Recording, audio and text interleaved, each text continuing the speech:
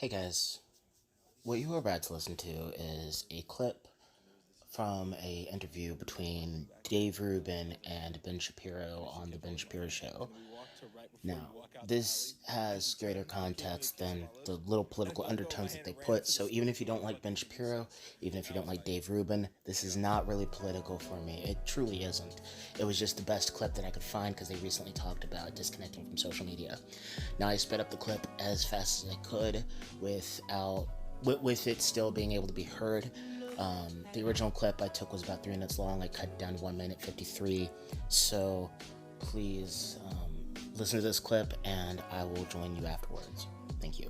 Well, I remember when I first started doing this weekend off thing, and you tweeted at me and you're like, yeah, Dave, we've been doing it for 5,000 years. It's called a Shabbat. And it's like, yeah, well, I took Shabbat and I added an extra day because I really try to take the weekends off. Although I'm in the same situation as you during this Corona situation, I have been on there a bit more. But one of the things that I'm trying to do is I try not to tweet about politics on the weekends, but I'll try to tweet about food or music that I'm listening to, or my community at RubinReport.com. We do a weekend movie together where we watch and then we do a video chat after. I'm trying to use it for some other things other than the constant destruction. But I think to your broader point about how we all behave on there, look, we try. I see it with you and I know for myself. It's like there are moments when AOC says something so stupid and so patently dishonest and so twisted that you want to destroy her, right? And anyone watching this knows there's enough videos on YouTube. Ben Shapiro Capital destroys college kid or whatever, not coming from Ben Shapiro or the Daily Wire, usually coming from somebody else. But the nature of how we all do this internet game and how the clicks work and the algorithm work, it sort of constantly rewards, I don't even want to say bad behavior, because sometimes people kind of do deserve to get called out on their nonsense, but it rewards sort of this endless game of one-upsmanship. So for me, I have found that if I try not to look at it on the weekends, I find that helpful. I really, really try not to, and this one I would really recommend for anyone, is don't bring your cell phone, your iPhone, whatever you got, don't bring it into your bedroom.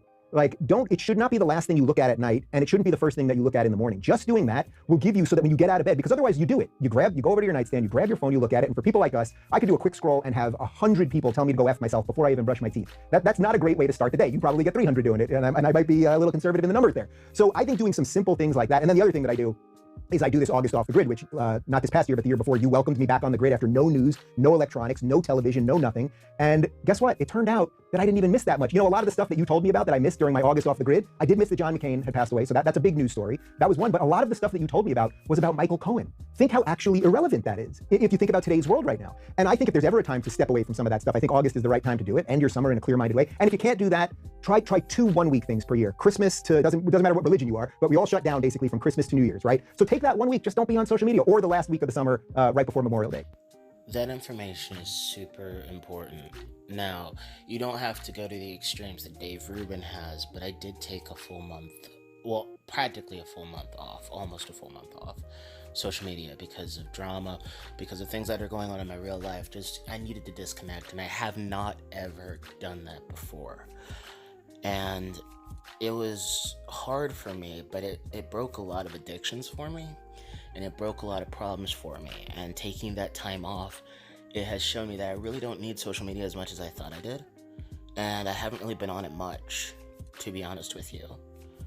I think that overall, it does damage your brain, because I think that we focus too much on drama. At least I know I do. And a lot of other people focus, 24/7 on social media, getting those clicks, getting those likes, getting those, that stimulus going for them, causing, unneeded stress to other people, all this other stuff. And I was part of that problem. And I still troll from time to time. Don't get me wrong, I'm not talking about trolling, but I'm just talking about, needlessly getting into, drama to ruin somebody. And for me, it's when I took that time off, I was a lot better. I was a lot happier of a person. And I still am a lot happier of a person. It's very much a needed thing to take that time off. And when I disconnected from Twitter and I only used YouTube to listen to podcasts and stuff, I felt a lot better. I felt like a happier blobfish, and I was making the transition from when I was a samurai to now a blobfish and all this other stuff, and just trying to find my footing again after I've been gone for a while. I am ultimately extremely happy with who I've changed myself to be. I've connected a little bit deeper with God. And I think the last several years have been disconnected from God, even though I've said I was connected with Him.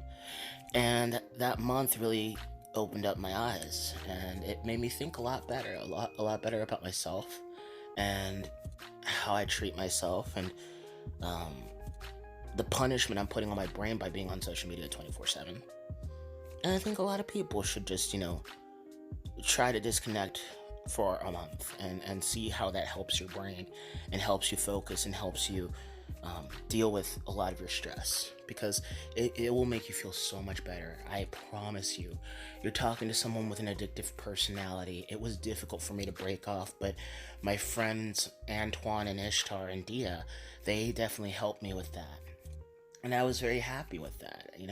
I feel a lot better. It was supposed to be 3 months, but that was a little bit excessive. I think I was actually a lot better after a month. And so I am just saying, my heart is a lot better. I'm a lot stronger of a person. I'm a lot better of a person. I'm no longer the man that I was before, and I'm a much better person now than I was before. And I'm bettering myself each and every day, and I will continue to better myself each and every day. But that was just a little video that I wanted to put together, because after I saw that clip, I was very, very much happy with this topic, because I wanted to talk about it because it fits so well with what my life was going through. So thank you guys so much for watching this video.